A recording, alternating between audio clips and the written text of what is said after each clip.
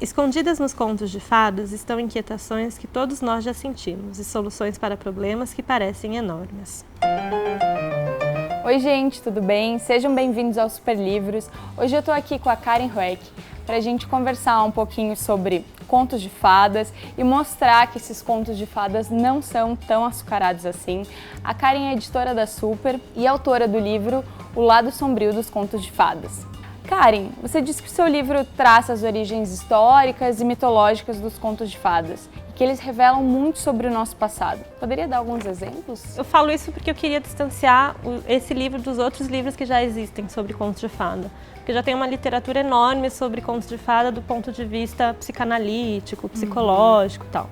Eu fui atrás das fontes primárias para dar uma olhada no quais foram as origens dessas histórias, né? E o que eu achei interessante é que os contos de fada, eles contêm elementos que explicam um pouco sobre o nosso passado, assim, então sobre a história da humanidade mesmo. Por exemplo, a história das madrastas más, né? Elas existiram na história mesmo, porque antigamente, né, nos séculos passados na Europa, a mortalidade materna era muito alta. Então era muito comum as mulheres morrerem dando à luz e aí ficarem um monte de filhos órfãos. E aí quando os pais desses filhos se casavam novamente, essa nova esposa se tornava a madrasta, né? Era comum que essas novas esposas preferissem tratar bem os seus próprios filhos em vez dos enteados, né? Então, a madrasta má é um elemento da história que acabou entrando na literatura, né? Karen, Walt Disney e os irmãos Grimm, Andersen, são os grandes responsáveis pelos contos de fadas como a gente conhece hoje. Na tua opinião, quem mais açucarou esses contos? E qual deles tem a fama mais mentirosa? Com certeza é o Walt Disney, assim. O Walt Disney, inclusive, ele tem uma influência midiática tão grande que ele substituiu os contos originais pela versão deles, assim. As versões que a gente conhece hoje em dia são as dos filmes do Walt Disney, né?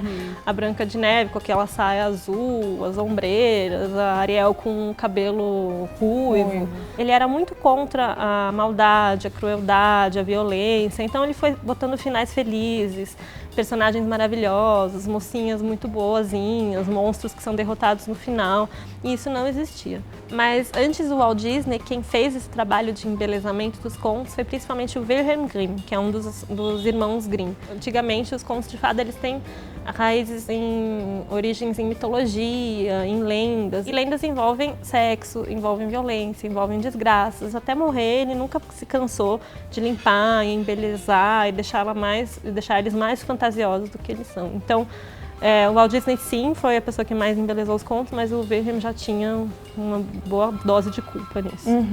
Há milhares de filmes baseados em contos de fadas e principalmente filmes baseados em contos de fadas de princesas.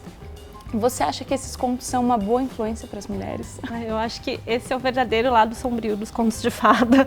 E eu acho que os contos fazem muito mal para a imagem feminina. Porque se você lê eles, e não precisa nem ser as versões originais, pode ser as versões que a gente conhece, assim. As mulheres, elas são maltratadas, elas são perseguidas, elas são casadas com pessoas que não são legais. Elas têm um papel muito submisso, assim. Geralmente é a história de uma menina que está lá, e aí ela encontra um príncipe que vai salvar ela. Elas não são as protagonistas das aventuras, elas são, assim, quase marionetes paradas. Acho que a gente devia fazer novos contos com mulheres mais empoderadas, assim. Com certeza, porque é uma história medieval sendo contada para mulheres hoje em pós-contemporâneas, dia. né? Exatamente. E para finalizar, qual é o teu conto de fadas preferido? E o mais bizarro também. Tá. Eu fiquei surpreendentemente tocada com a versão original da Pequena Sereia, que é uma história muito, muito triste, assim. A menina, ela se apaixona pelo príncipe, ela é uma sereiazinha, uma rainha do fundo do mar, e ela larga tudo para ir para a terra para tentar esse príncipe se apaixonar por ela, e ela não consegue. O príncipe se casa com outra, ela fica assistindo, assim, e aí ela tem a chance de matar ele, porque ela tá muito triste com ele, e ela resolve não fazer isso, ela resolve se matar e tal.